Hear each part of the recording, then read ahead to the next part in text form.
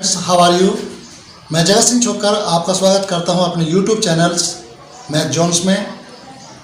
पिछली वीडियो में हमने आपको बताया था कि कुछ ऐसी डेफिनेशंस जो एंगल से रिलेटेड हैं या फिर लाइंस के रिलेटेड थी, उनके बारे में हमने कुछ आपसे डिस्कस किया था। कुछ थ्योरम्स भी हमने कराई थी। आज फिर हम देखते हैं इसके आगे चैप्टर से जो पैरेलल लाइंस होती हैं उनके साथ में क्या क्या कंडीशंस होती हैं, कौन कौन से एंगल बनते हैं, ये हम डिस्कस पहले कर चुके हैं कि कॉन्टीरियर एंगल्स, कॉन्सेक्यूटिव एंगल्स और कॉन्टीरियर एंगल सेम होते हैं, अल्टरनेट इंटीरियर और साथ में कॉरस्पॉन्डिंग एंगल्स कैसे कैसे बनते हैं। तो आज हम डिस्कस करते हैं उनके बेस पर कुछ क्वेश्चंस और उनसे रिलेटेड कुछ थ्योरम्स के बारे में। तो आइए देखते हैं कि क्या क्या थ्योरम्स इसमें बन सकती हैं। तो आज हम पहली थ्योरम लेते हैं, if a transversal line intersect two parallel lines then each pair of alternate interior angles are equal. अगर दो parallel lines A B and C D हैं और इनसे एक ट्रांसवर्सल लाइन टी इनको इंटरसेक्ट करती है पी और क्यू पर, तो तब किस तरह से हमारे अल्टरनेट इंटीरियर एंगल्स इक्वल होंगे, कैसे हम इसे प्रूव करें। आइए देखते हैं कैसे हम प्रूव करना है। तो फर्स्ट स्टेप हमारा हुआ गिवन। क्या गिवन है? गिवन है यहाँ पर two lines A B and C D are tense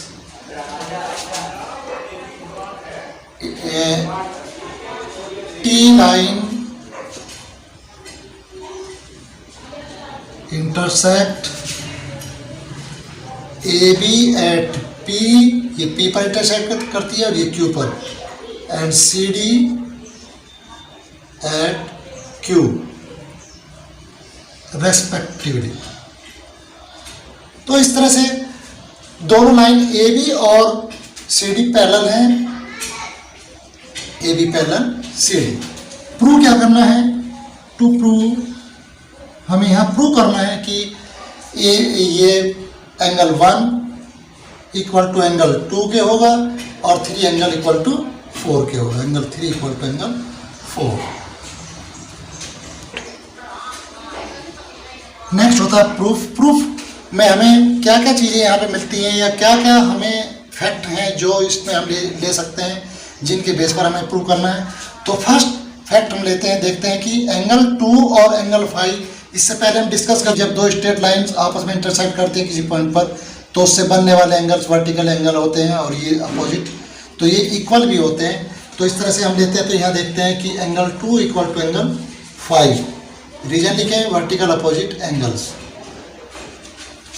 same इसी के साथ में अगर हम देखते हैं कि 2 इक्वल टू 5 हो गया, तो ये लाइन ए बी और सी डी पैरेलल है, A B parallel C D थी, तो इसके साथ में अल्टरनेट या पर कॉरस्पॉन्डिंग अल्टरनेट हमें प्रूव करने हैं, तो कॉरस्पॉन्डिंग की प्रॉपर्टी। तो 1 और 5 दोनों इक्वल है, एंगल 1 इक्वल टू एंगल 5। और ये क्यों इक्वल है? ये corresponding pair of corresponding angle है, कॉरस्पॉन्डिंग एंगल्स एक्सियम्स। तो इन दोनों को हम देखते हैं कि हमारी दो इक्वेशन हुई, एक 2 इक्वल टू 5, 1 इक्वल टू 5। यहाँ से देखते हैं कि दोनों की राइट हैंड साइड इक्वल है, तो इक्वल है तो कैंसिल होगी, तो ये भी इसकी वैल्यू यहाँ पर प्लेस कर देते हैं। तो एंगल 1 इक्वल टू एंगल 2। फिर राइट हैंड साइड इक्वल है तो लेफ्ट हैंड भी इक्वल होगी, लेफ्ट इक्वल होती तो राइट हैंड साइड इक्वल होगी। इस तरह से हमने एंगल 1 और 2 इक्वल प्रूव कर दिया हमने ये। अब हम बात करते हैं एंगल 3 एंगल 4 के इक्वल कैसे होता है। तो इसको जब देखते हैं तो एंगल 3 यहाँ पर है, एंगल 4 ये है, तो इसमें हम देखते हैं कि यहाँ पर 6 और 3 क्या है, ये भी एक वर्टिकल एंगल है। तो angle 3 now angle 3 equal to angle 6 vertical opposite angle है। लेकिन इसके साथ साथ हमें क्या दिखाई देता है कि यहाँ से 4 और 6 भी इक्वल है, तो एंगल 4 इक्वल टू एंगल 6 ये क्या है, ये कोरस्पॉन्डिंग एंगल है। तो इस तरह से इन दोनों में भी हम देखते हैं कि वही सेम कंडीशन आती है, 6 तो दोनों की राइट हैंड साइड इक्वल है तो लेफ्ट हैंड साइड भी इक्वल हो जाएगी।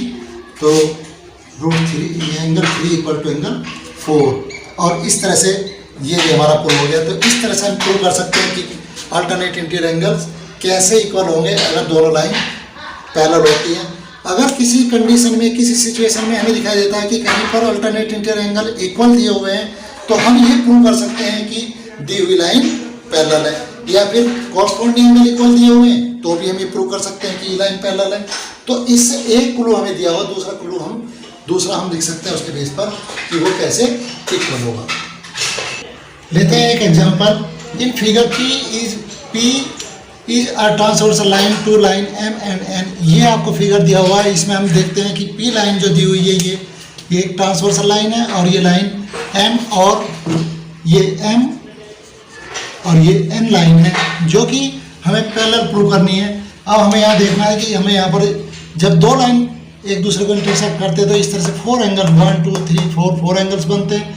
इसी तरह फिर दूसरी लाइन करती है तो इस तरह फिर 4 एंगल्स बनते हैं। तो इस तरह कुल मिलाकर दो पैरेलल लाइंस पर ट्रांसवर्सल के थ्रू 8 एंगल्स टोटल बनते हैं और इन 8 एंगल्स को हम फाइंड कर सकते हैं अगर इनमें कोई भी एक एंगल हमें दिया हुआ हो। तो यहाँ पर हमें दो एंगल दिए हुए हैं, एंगल 2 = 120, ये एंगल आपको दिया हुआ 120 और हमें एंगल 5 ये भी दिया हुआ है 60 डिग्री। तो हमें ये प्रूव करना है कि लाइन M और N कैसे पैरेलल होगी। चेक करते हैं इनकी कंडीशंस पर। जब लाइन P इंटरसेक्ट करती है और एंगल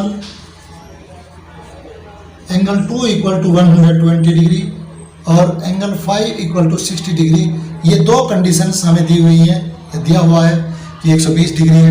अब हम यहाँ देखते हैं कि एंगल 2 दिया हुआ है तो एंगल 1 कैसे फाइंड करें, एंगल 4 क्या होगा, एंगल 2 = एंगल 4 हो जाएगा क्योंकि ये दोनों क्या है, वर्टिकली अपोजिट एंगल्स है। और जब वर्टिकल अपोजिट एंगल है तो 2 की वैल्यू कितनी दी, 120 डिग्री, तो एंगल 4 भी 120 हो गया। तो ये आपके पास में एंगल 4 आ गया, एंगल 4 120 हो गया। अब दिया हुआ 5 कितना दिया हुआ है, एंगल 5 60 दिया हुआ है तो एंगल 5 = 60 डिग्री। अब हम चेक कर लेते हैं, कई कंडीशन हम ले सकते हैं कि वन एंगल को भी फाइंड किया जा सकता था। यहाँ से 120 ये 60 आता तो ये भी 60 है तो कॉरस्पॉन्डिंग एंगल इक्वल हो गए, लाइन पैरेलल है।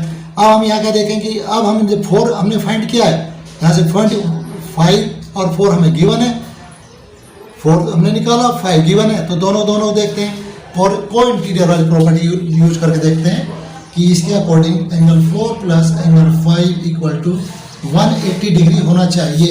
ये क्या है, यहाँ पर 4 है 120 डिग्री और 5 क्या है 60 डिग्री, तो 60 डिग्री और 180 डिग्री, ये ऑलरेडी 180 इधर है तो यह भी 180 डिग्री होगी, 180 = 180। इस तरह से दोनों एंगल इक्वल हो गए और हमारी कंडीशन प्रूव हो गई। ये थी को इंटीरियर की एंगल्स की प्रॉपर्टी। तो को इंटीरियर एंगल होने के कारण से जब उनका सम 180 डिग्री है और होना चाहिए तो इसके बेस पर हमने प्रूव किया कि अगर ये और ये एंगल दोनों को इंटीरियर है, दोनों सम 180 डिग्री है तो इस साइड M और N दोनों पैरेलल होंगी। तो therefore since angle 5 and 4 are को interior angles hence M parallel N। तो इस तरह से हमारा एक क्वेश्चन प्रूव हो जाता है।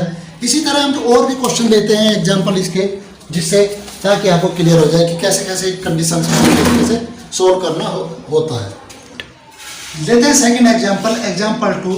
एक हमें फिगर दिया हुआ है, इस फिगर के अंदर दिया हुआ है कि AB लाइन CD के पैरेलल है तो find the value of X। इस एंगल की वैल्यू फाइंड हमें करनी है। तो ऐसी कंडीशन में ये क्वेश्चन बहुत ही इंपॉर्टेंट है जो बहुत बार एग्जाम में आया हुआ है, लेकिन बच्चे इसको फाइंड नहीं कर पाते कि एंगल X इधर या इधर दिया होता है तो कैसे हम इसको फाइंड करते हैं। तो देखिए हम इसको कैसे सॉल्व कर सकते हैं। जब AB and CD parallel line दी हुई तो इनके अकॉर्डिंग इस एंगल को फाइंड करने का और कोई हमारे पास तरीका नहीं, तो हम इसके पैरेलल एक लाइन यहाँ पर कंस्ट्रक्ट कर लेते हैं। तो कर लेते हैं यहाँ पर लाइन L जो इस दी हुई लाइन AB और CD के पैरेलल है। तो सॉल्यूशन में लिखते हैं draw a line L parallel to AB। जब AB के पैरेलल है L पैरेलल AB और AB पैरेलल किसके हैं CD के, तो L CD के भी पैरेलल होगी। इस तरह से हमारे पास में यहाँ पर पैरेलल होने पर इसके साथ में एक एंगल ये और ये दो एंगल में डिवाइड हो जाता है। तो यहाँ हम देखते हैं कि ये एंगल जब ये लाइन इसके पैरेलल है L parallel AB, then angle 1 = 45 तो ये एंगल 45 के इक्वल होगा क्योंकि अल्टरनेट इंटीरियर की प्रॉपर्टी यहाँ पर हमारी लागू हो रही है। इसी तरह से जब यहाँ पर हम देखते हैं कि L पैरेलल CD है, तो L पैरेलल CD होने पर एंगल 2 किसके इक्वल होगा, 30 डिग्री के इक्वल होगा।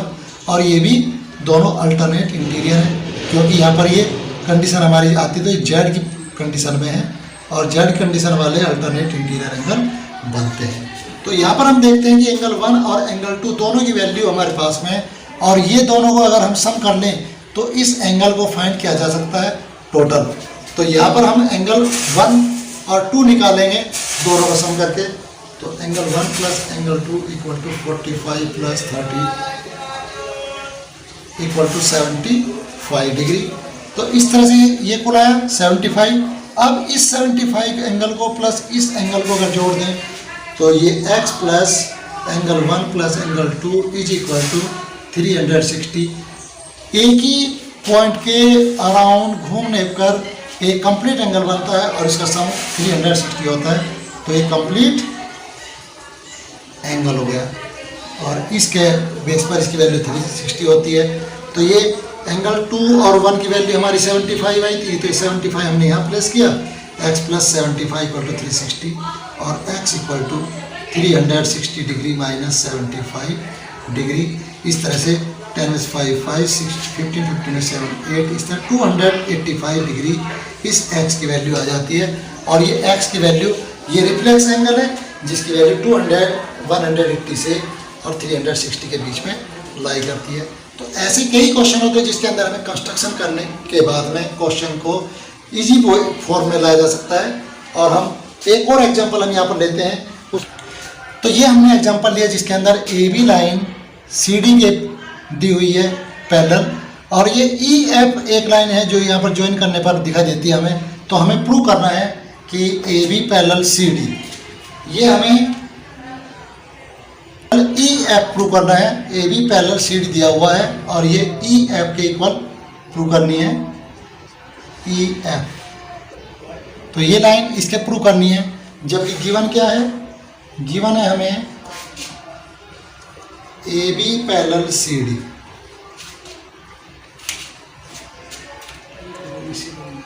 तो ऐसे क्वेश्चन को सोल्व करने के लिए हम क्या करें, हमें दिखाई देता है कि यहाँ पर इसमें कोई भी लाइन, ना ये लाइन इसके पैरेलल है और ना ही इससे कोई रिलेशन दिया हुआ। तो हम ये चेक करते हैं, इसमें देखते हैं कि ये एंगल यहाँ पर ये भी दिया हुआ है और ये भी एंगल हमारे पास में है, ये 30 और 36 दोनों एंगल दिए हुए हैं। तो अगर ये एंगल इस एंगल के इक्वल होता है तो ये लाइन दोनों पैरेलल हो जाएगी क्योंकि अल्टरनेट इंटीरियर की कंडीशन हमें दिखाई देती है।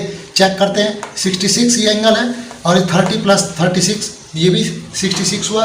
तो इस तरह से हम इन दोनों एंगल को लिखते हैं यहाँ पर कि angle ECD plus angle BCE is equal to 36, 30 plus 36